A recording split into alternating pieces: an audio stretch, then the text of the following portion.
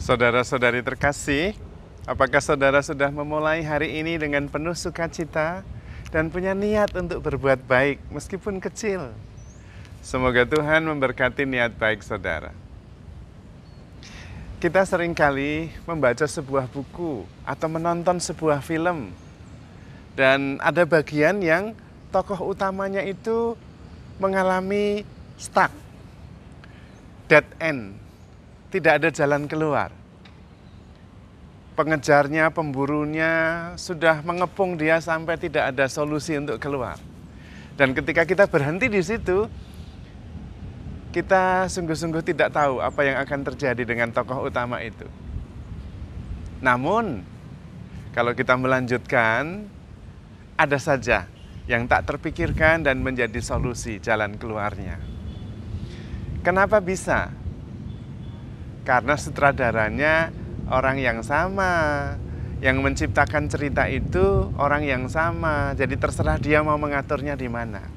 Penulisnya juga orang yang sama, sehingga dia juga yang menciptakan tokoh itu, menciptakan situasinya, dan tentu juga menciptakan solusinya. Nah, sebetulnya itu mirip dengan hidup kita. Penulis, pengarang, dan penyelenggara kehidupan kita ya Tuhan yang sama, yang menciptakan kita, yang juga menuntun kita, membimbing kita. Maka kalau kita mengalami situasi jalan buntu, seperti tidak ada jalan, kita perlu percaya bahwa Sang Pencipta kita pasti punya jalan. Kalau toh tidak, Dia bisa menciptakan mujizat untuk memberi kita jalan. Yang paling penting sebetulnya adalah menghendaki rencana Tuhan atas hidup kita, mengerti apa kehendak Tuhan atas hidup kita. Sebetulnya itu yang paling utama. Karena memang Tuhan ya yang menciptakan kita, yang menyelenggarakan hidup kita. Tuhan juga yang seperti dalang, tetapi tentu dalang yang memberi kebebasan untuk bekerja sama dengan kita. Nah, poinnya adalah bekerja sama dengan Sang Penyelenggara ilahi itu. Tetapi intinya sama, Tuhan selalu mempunyai solusi. Meskipun kita sepertinya tidak melihat jalan keluar sama sekali. Namun di luar itu, sebetulnya banyak peristiwa itu ada di tangan kita untuk bisa mengelolanya, mengaturnya, tentu bekerja sama dengan Tuhan. Karena sebetulnya yang kita alami, yang terjadi terhadap kita, reaksi kita atasnya, keputusan kita atas peristiwa yang terjadi, sebetulnya ada di kepala kita, bukan ada di luar sana. Kita sebetulnya bereaksi terhadap konsep, persepsi, cara pandang kita, bukan terhadap peristiwa yang sebenarnya terjadi. Contohnya, saya bertemu dengan seorang teman yang lama tidak ketemu. Tapi begitu ketemu sebentar, dia langsung lari cepat. Nah, saya bisa bereaksi dua. Wah, dia ini tidak mau ngobrol dengan saya. Dia ini sudah sombong. Lama tidak ketemu sebentar aja cepat-cepat pergi, tergesa-gesa. Bisa begitu. Tetapi bisa juga saya bereaksi, aduh kasihan dia lagi ada urusan yang tidak bisa ditinggalkan. Padahal sebetulnya dia ingin ngobrol dengan saya. Nah, peristiwanya sama. Tergantung persepsi, proses yang terjadi di dalam diri kita. Dan karena itu terjadi di dalam diri kita, maka kita bisa menentukan sendiri. Mau bereaksi positif atau bereaksi negatif. Tergantung kita. Dan karena itu penting sekali kita memproses peristiwa yang terjadi di dalam diri kita. Karena sebetulnya trauma itu bukan peristiwa yang terjadi terhadap kita, tetapi reaksi kita, reaksi psikologis kita terhadap peristiwa yang terjadi atas kita. Itulah trauma. Karena itu kita bisa mengendalikan hidup kita juga. Karena ada di tangan kita kok. Kita seperti penulis cerita. Nah, kita yang menentukan juga alurnya. Solusinya juga kita. Maka penting sekali kita menyadari tanggung jawab kita.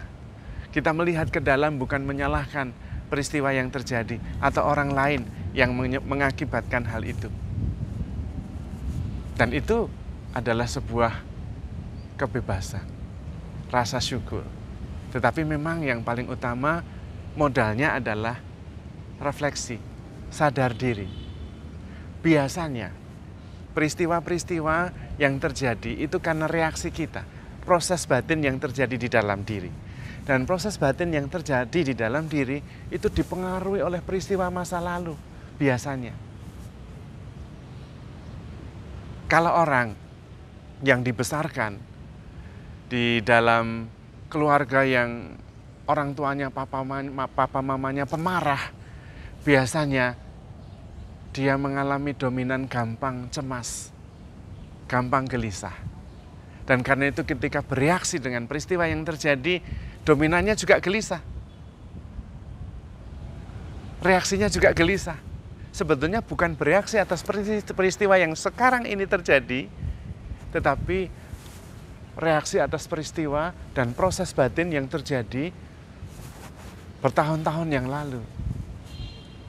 Dan itu seringkali terjadi tetapi tidak disadari.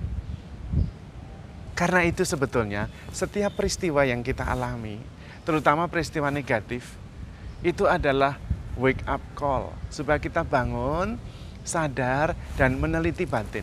Pertanyaan yang penting adalah, kenapa saya melakukan ini? Ada apa sebetulnya? Apa yang terjadi di masa lalu sehingga saya bereaksi seperti ini? Di situ ada proses pertumbuhan, di situ ada proses kesembuhan, dan di situ ada solusi. Karena semuanya terjadi di sini, di dalam diri kita. Kalau kita kemudian sadar dan kemudian meneliti mengapa terjadi, motivasinya, kemudian peristiwa yang mempengaruhi di masa lalu, kita kemudian bisa membawanya ke dalam kesadaran, dan karena sadar tahu solusinya, kita bisa merespon dengan bijaksana. Dan itulah yang terjadi. Dan kemudian kita bisa bertumbuh. Kita seperti penulis cerita atas hidup kita sendiri, kisah hidup kita sendiri. Tentu bersama Tuhan kita bisa. Karena itu saudara-saudari terkasih, penting sekali kita menyadari bahwa Tuhan penyelenggara hidup kita pasti tahu solusinya. Kita sendiri bertanggung jawab atas kisah hidup kita sendiri. Karena semua peristiwa sebetulnya tergantung pada proses batin, proses psikologis yang terjadi di dalam diri kita. Yang itu berarti kita bisa menentukan mau mengubahnya atau tidak. Dan persis titik pertumbuhannya ada pada kesadaran atas proses batin yang terjadi di dalam diri. Kemudian mengolahnya, mencari sebabnya, membawanya dalam kesadaran, dan kemudian mencari solusi. Karena itu sebetulnya saudara-saudari terkasih, hanya ada dua jenis orang. Jenis orang yang pertama adalah melihat persoalan dan kemudian mengeluh, menyalahkan, dan tidak berbuat apa-apa kecuali berpikir negatif dan menyalahkan peristiwa atau lingkungan atau orang lain. Itu jenis yang pertama. Dan dia tidak akan bertumbuh karena tidak mendalami proses yang terjadi di dalam dirinya. Jenis orang yang kedua adalah mengalami hal yang sama, tantangan, godaan, gangguan, apapun itu, rintangan, halangan, tetapi kemudian tidak menyalahkan siapa-siapa, menyambutnya dengan antusias, berefleksi sebab utamanya ada di mana, dan membawanya dalam kesadaran, dan kemudian mencari solusi.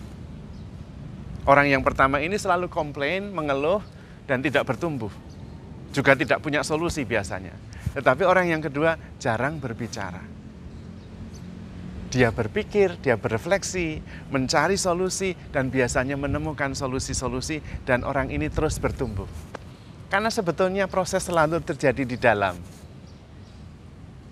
Daripada menyalahkan yang di luar sana, lebih baik meneliti apa yang terjadi di dalam dan mencari sebabnya jauh ke belakang. Kemudian membawanya ke dalam kesadaran dan mencari solusi.